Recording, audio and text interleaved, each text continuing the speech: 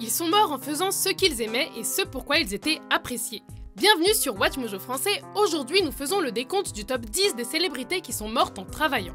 200 people saw Wallenda fall. Many rushed to help, but it was too late. Pour cette liste, nous avons passé en revue les personnalités qui sont malheureusement décédées en faisant ce qui les a rendus célèbres ou à cause d'un accident ou d'un problème survenu pendant qu'ils travaillaient. I thought that Steve would wake up. You didn't expect him to die. Yeah. Just keep on filming and he'll be all right. Nous excluons le célèbre prestidigitateur Houdini, étant donné que sa mort est liée à une agression dans les coulisses dont les conséquences sont apparues une fois sur scène. Numéro 10, John Eric Exum. You'll be coming with us, Mr. Harper. Thanks, but I already have a date. Well, you don't understand, look. John Eric Exum n'avait que 26 ans lorsqu'il est mort en s'amusant sur le plateau de la série télé Cover Up. I don't think I'd be interested in being A model. Yeah. La carrière de Exum, un acteur et mannequin, était plutôt prometteuse. Il décide entre deux prises de jouer à la roulette russe avec un pistolet utilisé lors d'une scène précédente, chargé à blanc. You should know you could be in a little bit of danger. N'ayant pas conscience qu'une balle à blanc tirée d'aussi près peut avoir des effets aussi désastreux, il pose l'arme sur sa tempe, appuie sur la gâchette, se fracture le crâne et cause une hémorragie. Now, unless you are the murderer, I'd appreciate it if you'd put the gun down. Sa mort cérébrale est déclarée après 6 jours à l'hôpital. Sa mère autorise les médecins à débrancher l'assistance respiratoire et fait don de ses organes. La série rendra hommage à l'acteur dans l'épisode qui suit sa mort. John Eric Exum died in October of this year, but the lives he touched will continue to be brightened by his light forever and ever. Numéro 9, Karl Wallenda. The idea was to promote a circus act he was performing with his granddaughter. So, a high-wire walk across the street from one beachfront hotel to another. Funambule et créateur de la troupe des Flying Wallendas, des casse-cou à la renommée internationale, Karl Wallenda aimait visiblement vivre dangereusement.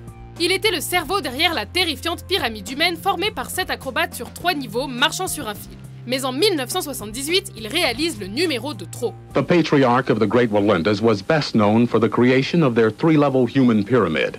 It was also their most dangerous act. L'acrobate de 73 ans tombe de 10 étages pendant une cascade entre les deux tours de l'hôtel Le Condado Plaza à San Juan, Porto Rico. Pour Wallenda, être sur le fil, c'est la vie et le reste n'est qu'attente. Like Papa Wallenda said, life is on the wire. The rest is just waiting. Mais c'est un numéro de funambule qui finira malheureusement par avoir raison de lui. Because the rigging was rigged improperly under his feet. Numéro 8, G.I. Rodale. La mort de Jerome Irving Rodale est pleine d'ironie. L'auteur, éditeur de magazines et gourou de l'alimentation saine en Amérique est mort pendant l'émission de Dick Cavett en 1971. They're really ahead of us, Même s'il n'est pas exactement dans son bureau, il vient de finir une interview. Il est à présent assis sur le côté pendant qu'une autre personnalité, Pete Hamill, le chroniqueur, parle à l'hôte de l'émission. Durant le passage de Rodale, il évoque les bienfaits d'un régime et d'un mode de vie naturel. Il lance avec humour qu'il a décidé de vivre jusqu'à 100 ans et qu'il ne s'est jamais senti aussi bien.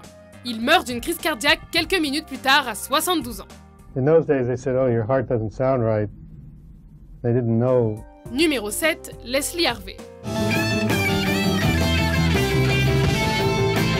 En sa qualité de guitariste pour le groupe des années 70 Stone the Crows, la carrière de Les Harvey commence à peine lorsqu'il meurt sur scène lors d'un concert à Swansea au Pays de Galles. Stone the Crows, prise en charge par Peter Grant, le manager des Led Zeppelin, vient de sortir son 3e album, Teenage Leaks. Harvey effectue les réglages du son pour le concert de mai 1972.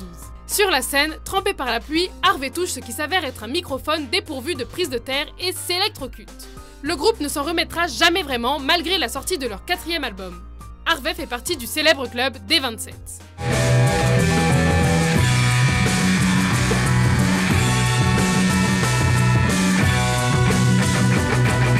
Numéro 6, Victor Morrow.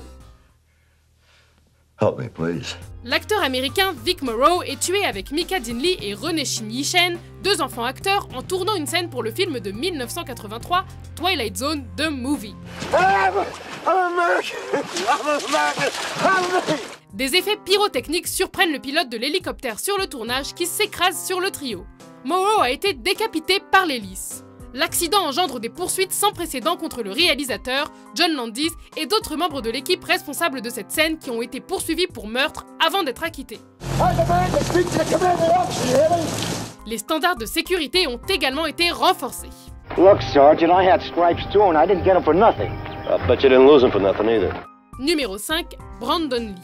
Fils de Bruce Lee, la légende des arts martiaux, Brandon Lee veut suivre les traces de son père lorsqu'un accident de plateau lui coûte la vie en 1993.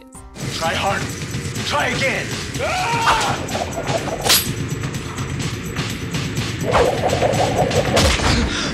Victims. Aren't we all? En tournant la dernière scène du film d'Alex Proyas, The Crow, Lee se fait tirer dessus par un acteur avec un accessoire défectueux. L'arme contenait une vraie balle qui s'était coincée dans le canon. Take your shot, fun boy.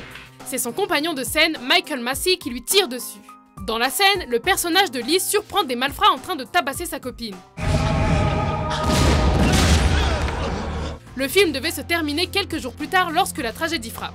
Il a pu être achevé grâce à la famille de Lee et à Chad Stahelski qui doublera Lee. Guess it's not a good day to be a bad guy, huh, Skank? Numéro 4, Owen Hart. He came down very quickly and that's what caught my eye. Les catcheurs professionnels risquent leur vie à chaque fois qu'ils entrent dans le ring. Owen Hart, l'un des meilleurs athlètes de la WWF, est en route pour l'événement de la pay-per-view Over the Edge le 23 mai 1999. Wink wink, yeah, we know it's Owen Hart, but he thinks he's a superhero. Hart, qui a revêtu le costume de Blue Blazer, doit descendre via un câble sur le ring en mode super-héros. Mais un mécanisme de libération rapide déraille et il tombe de 24 mètres, la poitrine en avant et atterrit sur la corde du haut. Why me? Because the WWF needs a superhero like the Blue Blazer. Malgré plusieurs tentatives pour le réanimer, il meurt d'un traumatisme contondant. L'émission n'est pas interrompue, ce qui cause une sorte de controverse. En revanche, l'accident n'est pas filmé.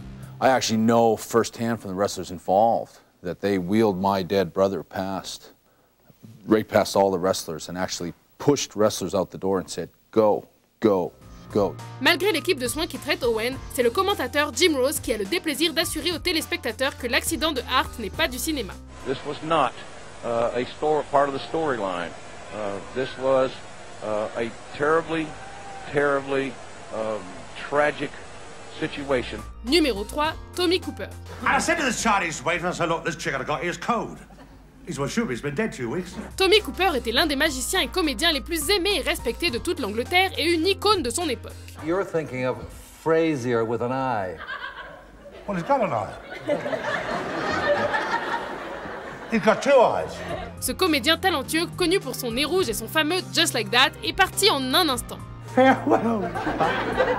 Des millions de téléspectateurs assistent en avril 1984 à l'évanouissement de Cooper en plein milieu de son numéro dans l'émission de variété Live from Her Majesty's. Vu son penchant pour le slapstick, le public éclate de rire. Il pensait que l'attaque cardiaque de Cooper, pourtant bien réelle, faisait partie du spectacle. Mais en coulisses, l'équipe qui avait compris baisse le rideau sur Tommy pour la dernière fois. He really was one of the funniest men in the business, and to this day we all still miss him very, very much. Numéro 2, Steve Irwin. Freeze. Star internationale, cette perle australienne s'est faufilée dans des endroits où personne n'oserait aller afin de nous montrer les animaux les plus dangereux du monde. Connu sous le nom de chasseur de crocodiles, il s'est approché des crocs, lézards, serpents, dragons, requins, enfin bref, presque tout. Mais le dernier sujet de Steve est une raie de près de 2 mètres qu'il filme au large de Port Douglas dans le Queensland. This one was extraordinarily large. It was 8 foot wide, massive bull ray. L'animal se retourne contre Irwin sans explication et plante son dard dans sa poitrine. Irwin pense d'abord à un poumon perforé, mais l'attaque lui a percé le cœur. Il meurt d'une hémorragie avant que son équipe ne puisse toucher terre. We're saying to him things like, think of your kid Steve, hang on, hang on, hang on. And he just sort of calmly looked up at me and said, I'm dying. And that was the last thing he said. Avant de dévoiler notre vainqueur, voici quelques mentions honorables. Well, you see a little devil and buena, buena. El system of the devil, I'm putting the ceremony. My heart's at your command, dear, to keep love and to hold. Is it a tight feeling across the chest? Yes. Pain in the back and left shoulder? Yes. Little dizziness, kind of sick to your stomach? Yes. I guess you have a number 16 then. Come on out here and help me unload this truck.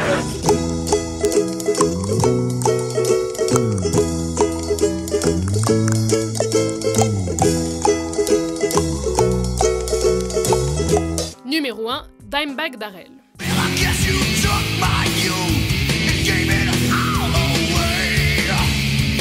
Nous avons vu les morts soudaines, accidentelles et les meurtres accidentels, mais Dimebag Darrell a bien été assassiné en plein concert.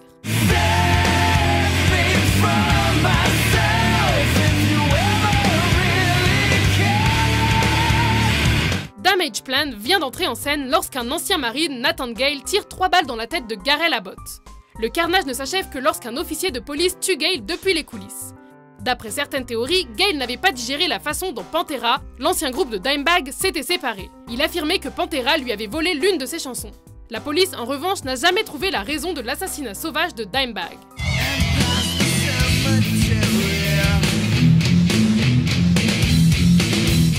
Vous êtes d'accord avec notre liste? Quelle mort avons-nous manqué? I know since it happened, there's never been a day that I don't think about them. Pour plus de top 10, n'oubliez pas de vous abonner à WatchMojo français. Those goosebumps come up at times where I'll perform and I feel like it's him just giving me a pat on the back saying, good job.